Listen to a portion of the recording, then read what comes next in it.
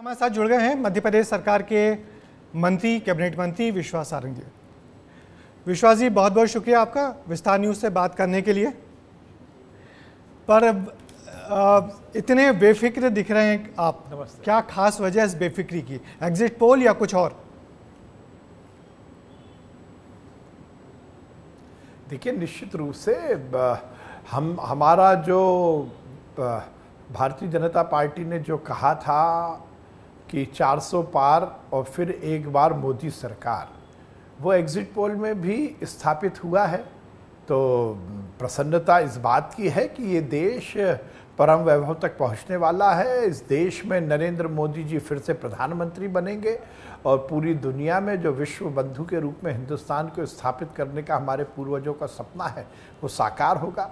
मोदी जी ने 10 साल में जो इस देश में काम किया है उसके प्रति जनता ने जबरदस्त जनादेश दिया है और 400 पार से भाजपा की सरकार बनेगी।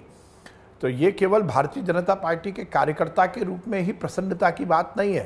भाजपा के कार्यकर्ता के रूप में तो मैं बहुत प्रसन्न हूँ, पर हिंदुस्तान के नागरिक के रूप में भी मुझे इस बात की बहुत प्रसन्नता है और इस बात का बहुत संतोष है कि पुनः नरेंद्र मोदी जी इस देश के प्रधानमंत्री बनेंगे और इस देश का सम्मान मान पूरी दुनिया में बढ़ाएंगे। चलिए, आपने भी बहुत सारे इलेक्शन देखे हैं और हम लोगों ने भी बहुत इलेक्शन का कवरेज किया है, मगर एक चीज़ जो इस एग्जिट पोल में दिख रही है कि सभी एग्जिट पोल एक जैसा संकेत, एक जैसी हवा बहती हुई दिखा रहे हैं। क्या आपको इस पर हैरानी नहीं हो रही कि विपक्ष सवाल उठा रहा है कि क्या ये एग्जिट पोल पहले से सेट हैं क्या? नहीं, देखिए, ये इसी बात से सच होते हैं एग्जिट पोल क्योंकि सभी की दिशा भी एक है और सभी के परिणाम अमूमन एक जैसे वो कह रहे हैं। इसमें मैं एक बात और ऐड करना चाहता हूँ कि ये ध्यान रखिए कि एग्जिट पोल जब एग्जिट पोल में बदलेंगे तो ये 400 पार ही होगा। भाजपा के नेतृत्व में एनडीए 400 पार जाएगा। नरेंद्र मोदी जी को 400 की ही मेजॉरिटी के साथ प्रधानमंत्री बनाया जाएगा। जहाँ तक विपक्ष के प्रश्नों का मतलब है उसमें मुझे लगता है इसका उत्तर हम जैसे राजनीतिक कार्यकर्ता को देने का कोई ज़रूरत नहीं है।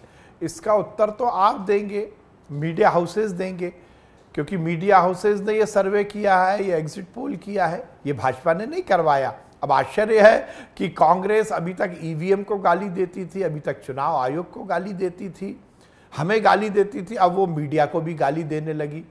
राहुल गांधी जी बड़ी ही बेशर्मी के साथ कहते हैं कि ये मोदी जी की मीडिया का सर्वे है। इसका मतलब कि इस देश के सभी प्रतिष्ठित चैनल, चाहे वो आपका चैनल हो या बाकी देश के और देश के बड़े बड़े चैनल, क्या वो बिकाऊ हैं? क्या उन पर ये प्रश्न चिन्ह लगाकर उन्होंने मीडिया का मखौल नहीं उड़ाया? मुझे लगता है कि कांग्रेस को आत्मावलोकन करना चाहिए, जनता के जो जनादेश है उसको शिरोधार्य करना चाहिए, बल्कि वो उसके विपरीत जाकर अपनी जो गलती है उसका दोषारोपण किसी और पर करते हैं। अभी कांग्रेस के एक वरिष्ठ नेता तो कह रहे हैं यदि 300 से ज़्यादा भाजपा की सीटें आएंगी इसका मतलब ईवीएम हैक हो गई, इसका मतलब 300 सीटें आ रही हैं तो सही है। मतलब मजाक हो रहा है। इस देश में इस तरह की नकारात्मक राजनीति करके ही कांग्रेस और विपक्ष के नेता हाशिए में आए हैं।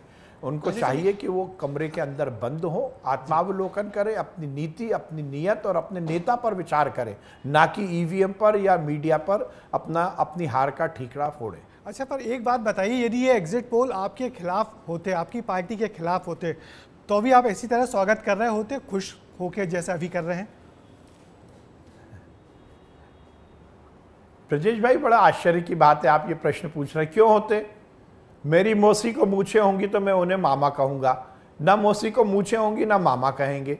अरे, देश में सुनामी चल रही है मोदी जी के, एग्जिट पोल के रिजल्ट विपरीत क्यों आते? जो यथार्थ है वही तो एग्जिट पोल में आया है। और भारतीय जनता पार्टी ने पहले से कहा है कि हम 400 पार हैं। नरेंद्र मोदी जी की सुनामी चल रही है पूरे देश में, उत्तर से लेकर दक्षिण, पूरब से लेकर पश्चिम, कश्मीर से लेकर कन्याकुमारी और अटक से लेकर कटक तक। अच्छा, हर जगह तो मोदी मोदी है। एग्जिट पोल के रिजल्ट उल्टे क्यों आते? नहीं, मेरा कहने का मतलब ये कि जैसे एक स्पोर्ट्समैन स्पिरिट की तरह हर चीज़ को एक्सेप्ट करते हैं, तो जैसे वो एक्सेप्ट नहीं कर रहे हैं तो आप तो बड़े दिल वाले लोग हो कि आपको भी थोड़ा बहुत एक्सेप्ट करने की बात करते हैं या नहीं करते, वो खैर अलग बात है। मगर ये बताइए कि एमपी के मन में मोदी और मोदी क्यों नहीं देखिए करना ही चाहिए ना। हाँ करना चाहिए ना, करना चाहिए, क्योंकि ये एग्जिट पोल है, एग्जैक्ट पोल तो कल आएंगे, ये तो एग्जिट पोल है। पर चलिए मुझे बताइए एमपी के मन में मोदी, तो इस बार एमपी ने क्या गुल खिलाया है? क्या छिंदवाड़ा रहेगी कि जाएगी? पूरी 29 की 29 मध्य प्रदेश में कमल खिलेगा। सभी 29 सीटें हम जीतने वाले हैं और 29 सीटें जीतकर हम एक रिकॉर्ड भी बनाएंगे और मोदी जी का जो संकल्प है उसमें हमारी भी आवाज़ को शामिल करेंगे। वो महायज्ञ जिसको मोदी जी इस देश के पुनर्निर्माण के लिए आयोजित कर रहे हैं, उस महायज्ञ में हमारी भी सार्थक भूमिका होगी और 29 लोकसभा सदस्य भाजपा के जीतकर मोदी जी को 400 के पार पहुंचाएंगे। विश्वास जी, जैसे कि आप एक छिंदवाड़ा पे तो सबकी नज़र थी, एक सीट और है जिस पे आपकी जिम्मेदारी भी थी और वो सीट थी राजगढ़ की, जहां आपने भी लंबे समय कैंपेन किया। तो राजगढ़ को लेके क्या सोचा? क्योंकि कुछ एग्जिट पोल 1 से लेकर 3 सीटें तक कांग्रेस को दे रहे हैं। देखिए मुझे आश्चर्य है, राजगढ़ 29 में है, जब ही तो हम 29 का आंकड़ा बोल रहे हैं। जब हम 29 बोल रहे हैं तो राजगढ़ भी जीतेंगे, छिंदवाड़ा भी जीतेंगे।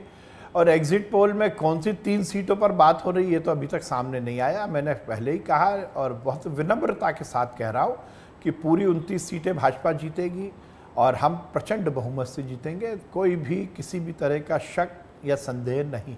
वो एक मुद्दा विश्वासी, वो एक मुद्दा जो पूरे कैंपेन में 7 चरणों के चुनाव में सबसे प्रभावी आपको दिखा। आप भी पुराने पॉलिटिशियन हैं, खूब चुनाव आपने लड़े हैं, लड़वाए हैं, मगर वो एक ऐसा मुद्दा जो ट्रिगर कर गया और जो जन जन को छू गया। और आप दावा कर रहे हैं कि 350 या आप तो 400 का दावा करें, 400 सीट किस एक खास मुद्दे के चलते आ रही है? देखिए मोदी की गारंटी गरीब कल्याण की, मोदी की गारंटी नारी के उत्थान की, मोदी की गारंटी युवा के रोजगार की, मोदी की गारंटी गांव के विकास की, मोदी की गारंटी शहर के विकास की, मोदी की गारंटी आर्थिक रूप से इस देश को सुदृढ़ करने की, मोदी की गारंटी सुशासन की, मोदी की गारंटी इस देश की संस्कृति को बचाने की, मोदी की गारंटी इस हिंदुस्तान को विश्व बंधु के रूप में स्थापित करने की, मोदी की गारंटी इस देश में आर्थिक सुदृढ़ता लाते हुए भ्रष्टाचार मुक्त शासन प्रशासन की, मोदी की गारंटी हमारी संस्कृति को चिरस्थायी रखते हुए हमारी वो भावनाएं जिसके कारण हमारा देश आगे बढ़ेगा, बहुसंख्यक समाज के माध्यम से इस देश का पुनर्निर्माण होगा, सबका साथ, सबका विकास, सबका प्रयास और सबका विश्वास, इस मूल मंत्र के साथ हम चुनाव में लगे और मोदी की गारंटी को लोगों ने स्वीकार किया। यानी कि सही बोले, मोदी की गारंटी वो सबसे बड़ा मुद्दा था जो जिसने जनता में भरोसा जताया और जनता यदि एग्जिट पोल सही होंगे तो उतना बड़ा जो रिजल्ट आया तो मोदी की गारंटी। मगर मेरा आखिरी सवाल आपसे है कि यदि ये चुनाव इतना आसान था, 350 से लेकर 400 तक एग्जिट पोल बता रहे हैं, आप भी दावा कर रहे हैं कि 350 से 400 सीट तो आ रही हैं, तो यदि ये चुनाव इतना आसान था तो फिर हमने बीजेपी को इतनी मेहनत करते हुए 400 बोल रहा हूँ, मैं 350 नहीं बोल रहा ब्रजेश जी। हाँ ब्रजेश जी, हाँ 400, मैं 350 नहीं बोल रहा हूँ, मैं 400 पार बोल रहा हूँ। ठीक है ठीक है, तो मेरा सवाल यह है कि जब आप 400 पार बोल रहे हैं तो फिर बीजेपी ने इस कदर अटूट मेहनत क्यों की? चुनाव में रात दिन एक कर दिए और फिर साथ साथ वो कटुता भी घुली चुनाव में जो दोनों पार्टियों सबके बीच रही। यदि चुनाव इतना आसान था तो फिर चुनाव आसान आप लोगों ने दिखा नहीं, आप लोगों ने किया आसान, मेहनत बहुत की। नहीं तो क्या? अच्छा, आसान चुनाव था तो क्या हम सबको एसी कमरे में बैठ जाना था? आसान चुनाव था तो क्या हमें कैंपेन नहीं करना था? आसान चुनाव था तो क्या हमारे नेताओं को जनता के बीच में जाके अपनी बात नहीं कहनी थी? मुझे कमाल लगता है, आश्चर्य की बात है। हम यहाँ भी भरते हैं तो हो जाते हैं बदनाम, वे कत्ल भी करते हैं तो चर्चा नहीं होता। हमारे नेता नहीं आए तो न्यूज़ है, हमारे नेता आए तो न्यूज़ है। मोदी जी इस सीट पर नहीं आए, ये न्यूज़ बन जाती है। मोदी जी आए तो कल भोपाल में आने की क्या जरूरत थी?